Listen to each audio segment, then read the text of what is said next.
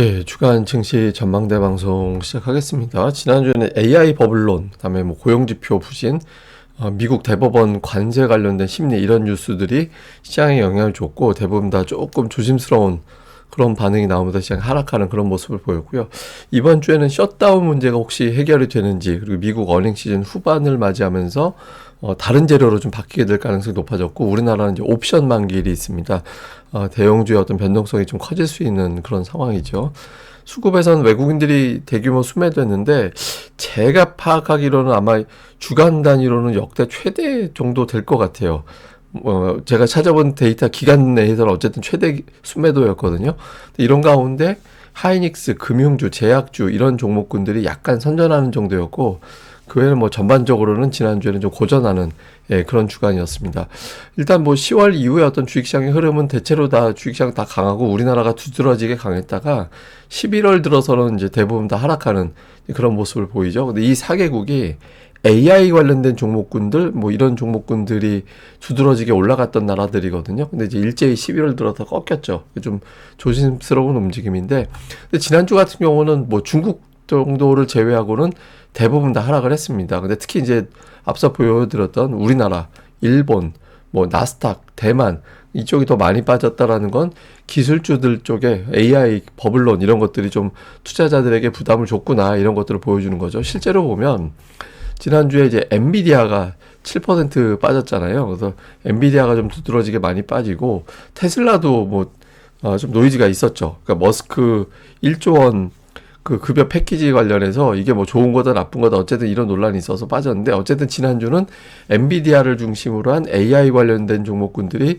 좀 많이 빠지면서 지수를 끌어내리는 그런 역할을 했습니다. 근데 반면에 AI 칩 말고 그냥 D램, 메모리 뭐 이런 거 만드는 마이크론 같은 경우는 강세를 보였고, 그다음에 제약주, 대번에너지, 에너지주 이런 종목군들은 또 상대적으로 선전해서 반도체에서도 D램 쪽, 그다음에 에너지, 그 제약주 이런 종목군들이 저런 틈새에서 상대적으로 견조했다. AI주들만 유난하게 시장의 발목을 잡았다. 이런 것들 좀 볼 수 있었습니다. 뭐 종목들 추세 보면은 엔비디아 같은 경우는 그렇다고 또 엄청 빠진 건 아니에요. 지난주에만 좀 특이하게 빠지긴 했는데 엔비디아가 한 51선 전후에서는 지선을 만들어냈었거든요. 그러니까 이번에도 그렇게 나오게 될지. 그러니까 마이크론 테크놀로지는 거의 신고가, 신고가 올라가서 그 신고가 부근에서는 일단 지난 주말에는 좀 버티는 모습이 있었고, 일라이릴리 같은 경우가 지난주 금요일에 좀 빠지긴 했지만 주간으로 보면 이게 되게 특이해요. 한번 쭉 밀고 올라갔다가 쉬었다가 또 한번 쭉 밀고 올라갔다가 쉬었다가 또 쭉 올라갔다가 이런 패턴이 8월 이후에 좀 반복되고 있거든요. 근데 어쨌든 제약주 쪽이 상대적으로 미국 시장에서는 강했다. 이게 이제 좋게 보면 뭐 제약 업종의 순환매가 돌았구나라지만, 나쁘게 보면 투자자들이 AI에 집중하다가 이제는 AI에 대한 자신감이 떨어져서 다른 쪽으로 좀 넘어갔구나 이런 것들을 보여주는 거거든요. 그래서 그러니까 이번 주에 이제 이게 또 시초 관계가 될 수 있어서 엔비디아와 일라이릴리가 어떻게 또 바뀌는지도 좀 지목을 해봐야 될 것 같습니다. 지난주에 시장에서는 좀 걱정을 했던 게 이제 경제가 나빠질 것 같아서, 그러니까 정리해고 숫자가 가파르게 올라가는 그런 모습이 나타났고, 그다음에 소비 심리는 계속해서 나빠지고 있고, 그러니까 소비 심리가 나빠진 거는 일단 경제 지표가 나빠진 거잖아요. 고용 데이터가 나빠지고 소비 관련된 지표도 안 좋고, 그래서 지표가 나쁘다라는 거는 경제에 대한 걱정을 하고 있는 상황인데, 보통 경제에 대한 걱정을 할 때 연준에서 금리 내려서 해결해 주겠지 이런 기대를 하곤 했는데 이게 지금 없어진 거예요. 지금 보면 12월에 금리 인하 확률이 67% 정도, 66.9%니까 67% 정도 되죠. 그럼 되게 여전히 높긴 한데, 이게 한 달 전에는 90% 넘었었거든요. 90% 이상이었다가 이게 낮아진 거잖아요. 그리고 최근에 연준 인사들이 모르겠다, 또는 금리 인하 안 하는 게 낫겠다, 이렇게 발언하는 사람들의 숫자가 좀 늘어나고 있고, 그래서 시장에서는 경제 지표가 부정적으로 나와도 그전에는 회복이 빨랐었는데 지금은 걱정을 하는 그런 상황이 좀 만들어지고 있습니다. 근데 이거는 제가 보기에는 셧다운 여파가 되게 컸어요. 정리하고 늘어난 거 이제 저 데이터가 나오는 거나 소비 심리 꺾인 거나 대체로 보면 셧다운 영향으로 봐야 되거든요. 그래서 시장에서는 셧다운이 해결되면은 주식 시장은 어느 정도 경기에 대한 걱정을 좀 덜어낼 것 같다. 그러니까 이렇게 이제 보고는 있습니다. 이번 주 좀 어떻게 돌아가는지 봐야 되는데, 셧다운 문제는 어저께도 제가 잠깐 설명드렸습니다만은, 일단 뭐 발생 원인은 오바마 케어, 그러니까 보험 가입을 의무화시키고 이게 또 너무 부담이 되기 때문에 소득에 따라서 정부에서 보조금을 지급해주는, 너무 이제 의료비가 비싸니까, 그러니까 보험 가입 다 시켜놓고 이제 너무 또 보험비가 비싼 사람들이 있을 거니까 정부에서 보조금을 지급하는 건데, 그 중에서 특히 이제 65세 이상 장애인들은 또 어느 정도 자격을 갖추면 또 더더군다나 더 많이 도와주는 그런 시스템이었고, 공화당 쪽에서는 이게 이렇게 불필요하게 재정을 지출할 필요가 있냐, 그리고 이민자까지 도와주는 거는 말이 안 된다, 이렇게 주장을 하고 있거든요. 근데 여기에 대해서 이제 계속 뭐 임시 예산안 편성하고 무산되고 이렇게 됐는데, 지난 주말에 민주당 쪽에서 그럼 오바마 케어 일단 1년만 연장하자, 우리가 이제 계속 연장하자 소리 안 하고 일단 1년 연장하고 그 기간 동안에 어떻게 개혁할지를 논의하자. 그러니까 되게 물러선 거예요. 예, 물러섰고, 공화당 쪽에서는 일단 반대 입장을 일부 의원들이 표명하긴 했지만 내부적으로는 되게 복잡하다. 최근 선거에서 대패했기 때문에 이렇게 가면 내년도 중간 선거도 무조건 진다. 그러니까 합의하는 게 맞지 않을까라고 해서 일부에서는 이번 주에 좀 합의할지도 모르겠다라는 주장이 나오고 있습니다. 그래서 폴리마켓 확률에서는 어제보다는 조금 낮아지긴 했는데 어쨌든 한 30%. 이게 이제 이번 주에 돌아오는 주에 합의할 것 같다라고 보는 확률이 이전보다는 살짝 올라왔습니다. 지난 주 중반 이후에 보다는 물론 여전히 이번 주도 넘길 것 같아. 이 확률이 가장 높게 책정되어 있긴 한데, 어쨌든 민주당에서 저 안을 제시하고 나서는 어쩌면 이번 주 셧다운이 풀릴지도 모르겠다. 그러니까 이렇게 생각하는 사람들이 조금은 늘어나긴 했습니다. 근데 어쨌든 이게 풀리면 최근에 경제에 대한 어떤 우려를 일단 덜어낼 수 있는 그런 계기가 될 수 있거든요. 그래서 셧다운의 어떤 이 흐름 이번 주에 좀 중요한 변수가 될 것 같고요. 그 다음에 이제 AI 버블론이 투자자들에게 좀 고민이 많이 되잖아요. 일단 메타 실적이 역할을 했죠. 예, 실적은 잘 나왔는데 너무 많은 지출을 한다고 하고 투자를 하면서 또 특히 돈이 이게 항상 저 돈 많은 회사들이 투자하는 거니까 괜찮아, 이런 인식이 있었는데, 그러니까 메타가 여기 투자하기 위해서 250억 달러의 이제 부채, 그러니까 회사채를 발행한다라고 보도가 됐잖아요. 이게 하다 이제 돈 빌려서 투자하네? 뭐 이렇게 되니까 좀 걱정이 된 거고. 그 다음에 이제 일부 유명한 사람들이 숏 포지션 구축했다. 마이클 버리. 이 사람이 3분기 말 데이터를 봤더니 팔란티어와 엔비디아의 숏 포지션을 구축했다더라. 그러니까 이 사람이 공식적으로 인정을 하지는 않았어요. 오히려 SNS에는 아닌데 이거 가짜 뉴스인데 뭐 이런 식으로 해석될 수 있는 이제 내용들을 올리긴 했거든요. 근데 어쨌든 이제 사람들 입장에서는 안 그래도 심란한데 유명한 사람이 하락 쪽에 베팅을 했다고 이런 걱정이 되고, 또 여기에 골드만삭스나 모건스탠리 CEO가 향후에 주식시장이 10% 이상 조정 나올 수도 있어. 그러니까 이런 메시지들이 다 겹쳐 있는 상태가 됐잖아요. 그리고 여기에 이제 엔비디아의 젠슨 왕이 중국이 AI 기술력에서 미국을 추월할 수 있다. 그리고 이제 또 미국 당국에서는 엔비디아의 저사양 칩도 중국에 수출하면 안 돼. 이렇게 제한을 걸어버렸잖아요. 그러니까 이게 안 좋은 뉴스들이 워낙 많이 쏟아져 나왔어요. 그러다 보니까 이제 일단 원인 제공한 메타가 굉장히 많이 폭락을 했죠. 이거 피크 대비 20% 빠져서 사실상 저거는 하락으로 돌아섰다라고 얘기하는 단계까지 가버렸잖아요. 그래서 이게, 그리고 또 하나 팔란티어도 시장에서는 굉장히 AI주로 각광을 받던 종목인데 지난주에 좀 고전을 했죠. 근데 일단 그런 건 있는 것 같아요. 그러니까 시장에서는 제가 뭐 자주 표현드리는 제식 표현으로 결자 해지 원칙이라고 그래가지고 사고친 애들이 살아나면 그걸로 그 사이클은 끝났다, 이렇게 보거든요. 그래서 메타와 팔란티어가 지난 주말에 올랐잖아요. 그래서 이거 혹시 이 이슈가 좀 고비를 넘긴 건가? 그러니까 이렇게 해석을 하거든요. 근데 달랑 하나 올랐다고 이제 해석될 수는 없으니까, 이번 주 초에 이게 이제 두 종목이 또 움직임이 나오게 된다라면 이 AI 버블론이 일단 정점은 통과하고 있구나, 통과했구나, 그러니까 이렇게 아마 해석이 될 겁니다. 그래서 이번 주에 이제 두 종목의 행보 좀 지켜봐야 될 것 같고요. 그다음에 이제 이게 근데 그런 건 있어요. 이게 버블도 문제지만 제가 보기에는 속도의 문제 같아요. 이게 이제 더 올라갈 수 있다, 이런 기대치는 충분히 타당하고 그럴 가능성이 저도 높다라고 생각을 하거든요. 근데 이게 보시면 최근 이제 2019년 이후에 하이닉스, 삼성전자, TSMC, 그러니까 주가 추이를 보면 특히 하이닉스 추세 보세요. 이게 올해 들어서 올라가는 각도가 어마어마하게 치고 올라갔잖아요. 여기서 수익을 내고 기존에 보유하고 있던 또 투자자들 입장에서는 수익을 실현할 만하죠.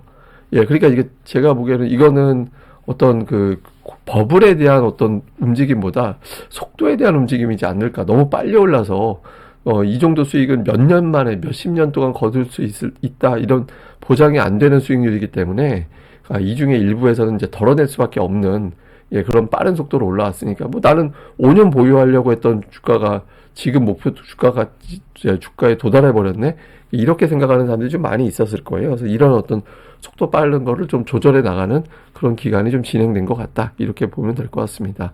자, 우리 증시는 코스피가 지난주에 많이 빠졌거든요. 그러니까 5월 이후, 그러니까 아예 4월부터 따져놓고 봤을 때 주간 단위로는 가장 많이 빠진 거예요. 그런데 이제 그 하나의 패턴이 뭐가 있냐면, 4월 이후에 코스피 지수는 2주 연속 빠진 적이 없습니다. 그러니까 음봉이 나온 적은 있어도, 그러니까 2주 연속 하락 자체가 나온 적은 없었거든요. 그리고 5주선, 그러니까 5주선을 마지막으로 깬 거는 9월 이후에는 깬 적이 없어요. 이게 굉장히 중요한 거죠. 그러니까 이번 주에 그래도 여기서는 지난주에 지지되고 올렸잖아요. 5주선에서. 근데 이번 주에 하락한다라는 거는 뭐 5주선도 깨진다는 얘기가 되고 그리고 이제 2주 연속 하락한다라는 이야기가 되는 거기 때문에 패턴이 깨지는 게 됩니다. 그러니까 지금보다 더 심각한 하락 그러니까 그런 매도가 나올 수 있거든요. 근데 이제 보통 우리 증시는 그동안 강했기 때문에 강했을 때는 저 정도 밀어내면 저점 매수가 가동이 됐다. 그러니까 이제 이번 주 월요일, 화요일 이틀 동안 어느 정도 흐름이 나오게 되는지 볼 필요가 있고 코스닥도 5주선에서는 버텼죠. 5주선이 이제 굉장히 중요한 역할을 하는 지지선 역할을 하는 자리였거든요. 그래서 버틴데 문제는 이제 지수가 아니라 소형주 지수가 되게 심각해요. 코스닥 소형주 지수가 8월로 돌아갔어요.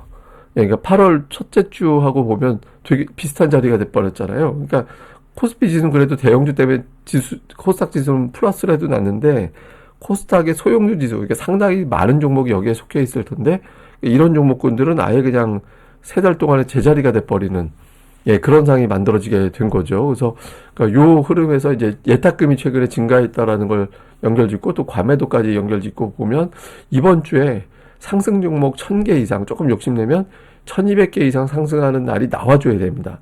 그게 안 나오면 신용이 털립니다. 여기서부터. 그래서 이번 주에 1200개 이상의 상승 종목이 나와줘야 그걸 신호로 이거 이제 바닥 치고 돌아섰어. 그래서 이제부터는 이제 돌아서는 장이 됐어. 이렇게 될 수 있거든요. 그래서 1200 종목 이상의 어떤 상승 종목이 이번 주에 나와주는지 여부가 이제 되게 중요한 그런 기준이 될 것 같습니다. 사실 ADR이 이 정도 상승 하락 종목수 비율이 이 정도로 빠지면 그런 반등이 나오긴 하거든요. 근데 이제 뭐 하여튼 외국인들의 매도가 멈춰줘야 그게 우선이라서 그 흐름이 나오는지 좀 봐야 될 것 같고요. 무엇보다 이제 외국인들 수급인데 지난주에 거의 8조 원 팔았잖아요. 제가 이거 집계를 몇 년치를 하고 있는데 그 기간 내에서는 주간 최대 매도였어요. 그러니까 역대 그 외국인들 순매도 순위 15위 안에 기록이 3개가 들어가 있나? 아마 그랬을 거예요. 그래서 외국인 투자자들의 매도가 역대급으로 나왔다. 근데 이제 외국인들이 왜 파나 생각을 해보면 역시 이것도 시가총액을 좀 생각을 해볼 필요는 있는 것 같아요. 그러니까 4월에 코스피 시총이 2200조 원 정도 됐었거든요. 근데 10월에 피크가 거의 4000조 원까지 올라갔어요.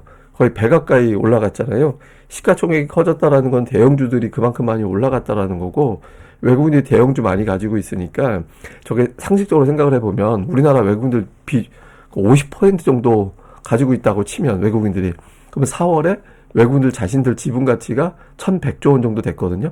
근데 10월에 2000조 원이 된 거예요. 갑자기 900조 원이 점프가 된 거잖아요. 이론적으로, 이론상. 그러니까 이거에서 일부 덜어내는 건 일도 아니죠. 더군다나 한국 비중이 너무 높아진 거죠. 다른 나라에 비해서 압도적으로 올라갔으니까 이거를 좀 덜어내는 운영사가 몇 군데 있는 것 같다. 그 매도가 거칠게 나오면서 하필이면 그때 또 AI 버블론까지 겹치면서 이제 시장을 많이 떨어뜨렸는데 일단 지난주 수목금 추이로 봤을 때는 수요일보다 금요일에 1조 원 정도 매도가 줄고 목요일보다 금요일 또 1조 원 정도 줄었거든요. 그래서 이게 이제 좀 줄어들게 되는지 그러니까 이번 주에 아예 매수로 돌아서는 날이 나오는지 그러니까 지금은 예측이 필요 없고 외국인들 그것만 확인이 되면 아마 대기 매수가 쭉 들어올 거예요. 그게 확인되는 게 되게 중요한데 뭘 그렇게 팔았나 7조 원대 매도를 뭘 그렇게 팔았나 보니까 역시 하이닉스하고 삼성전자 두 종목에 대한 어떤 매도가 압도적이죠. 5조 3천억 정도. 그러니까 전체 매도의 한 7, 80% 정도를 이제 반도체에 집중을 한 거죠. 그러니까 매수 쪽에서는 그렇게 좀 요 이름값 한다 싶은 대형주가 없었어요. 근데 어쨌든 매도에서는 삼성전자, SK하이닉스인데 저거는 반도체를 팔았을 수도 있죠. AI 버블론이 엮여 있으니까.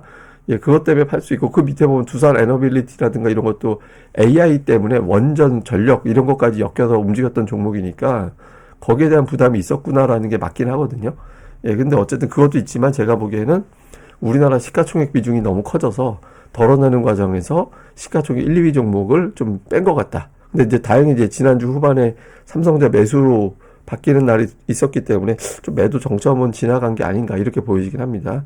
그리고 이제 코스닥 쪽에서 기관이 이럴 때 따박따박 매집한 게 뭐가 있나 이렇게 봤더니 알테오젠이 제일 많았어요. 저게 이제 코스피 이전 때문에 그러는 건지 아니면 바이오에 관심이 있어서 그런지 모르겠는데 어쨌든 그 알테오젠이 가장 많았고 그 아랫단으로 보면 이제 바이오 종목 몇 개 있고 그 다음에 이제 반도체.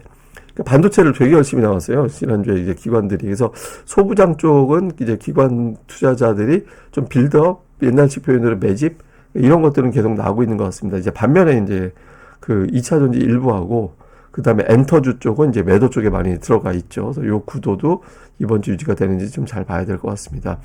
주요 종목으로는 은행주, 미국에서 또 금융주가 상대적으로 선전했거든요.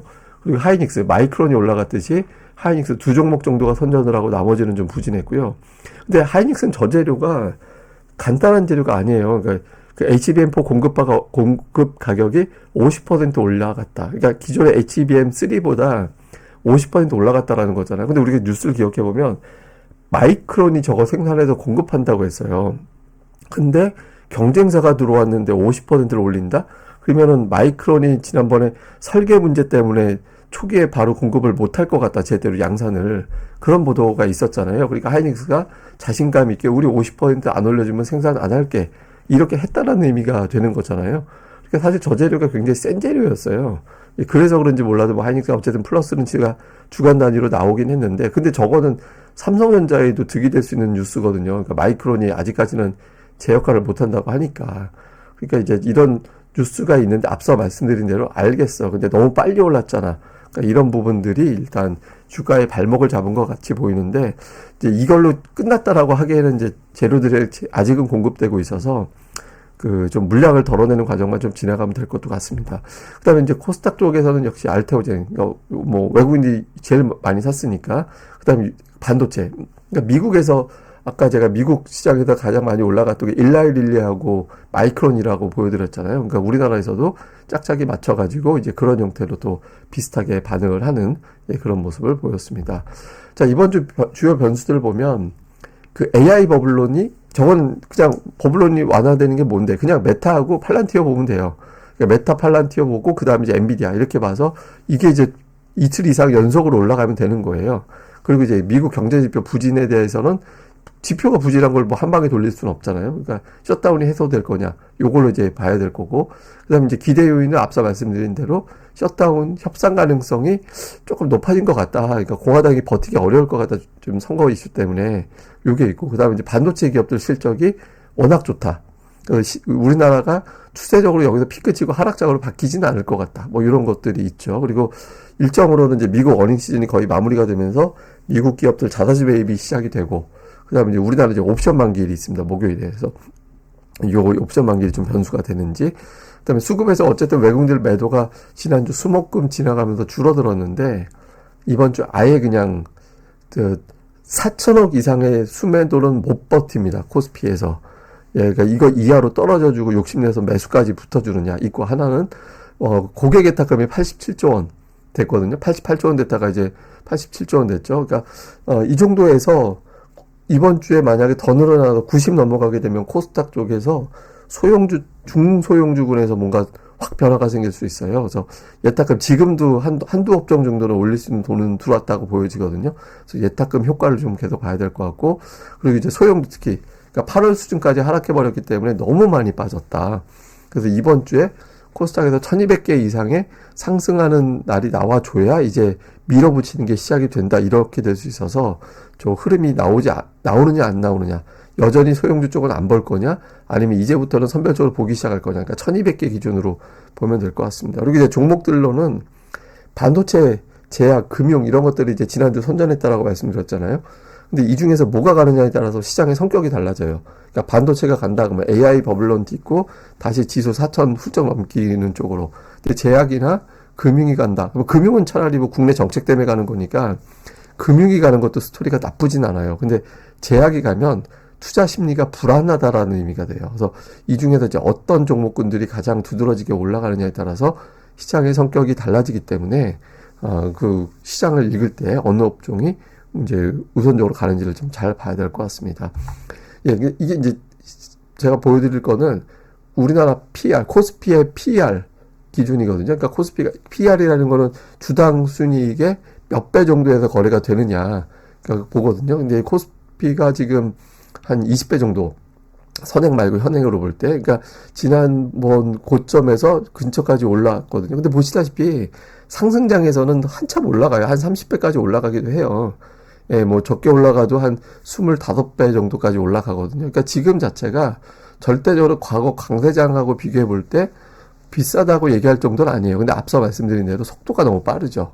예, 속도가 너무 거칠게 올라와서 속도를 좀 소화하고 있는 게 아닌가 하고 보여지고, PBR, 자산가치, 코스피의 총 자산가치 대비 몇 배의 거래가 되느냐라는 건데, 제가 이제 1.3배 넘어가면은 조금 부담스러울 거다. 근데 1.3배 훌쩍 넘어갔었거든요. 근데 지금 1.32 정도까지 다시 내려오긴 했는데, 이것도 그 역대 피크로 보면 보통 시작했던 저점 대비 2배 정도 올라가서 끝나거든요. 그러니까 한 1.6배 정도까지는 가야 이제 피크 이야기가 나올 수 있는 거고, 이전에 뭐 올라갔을 때 보면 더 많이 올라갔었잖아요. 그래서 PR로 봐도 그리고 PBR로 봐도 아직 정점까지는 아닌 것 같다. 근데 이제 속도 너무 가파르게 올라가서 그 속도를 좀 털어내는 과정이 있고, 털어내는 과정이라든가 폭이 어느 정도 될지는 알 수는 없는데, 다만 이제 지난주가 피크가 됐다라면 외국인들 매도가 이번 주에 지나가고, 그러니까 줄어들고 확 줄어들고 코스닥에 1200 종목 이상의 상승 종목이 나오고,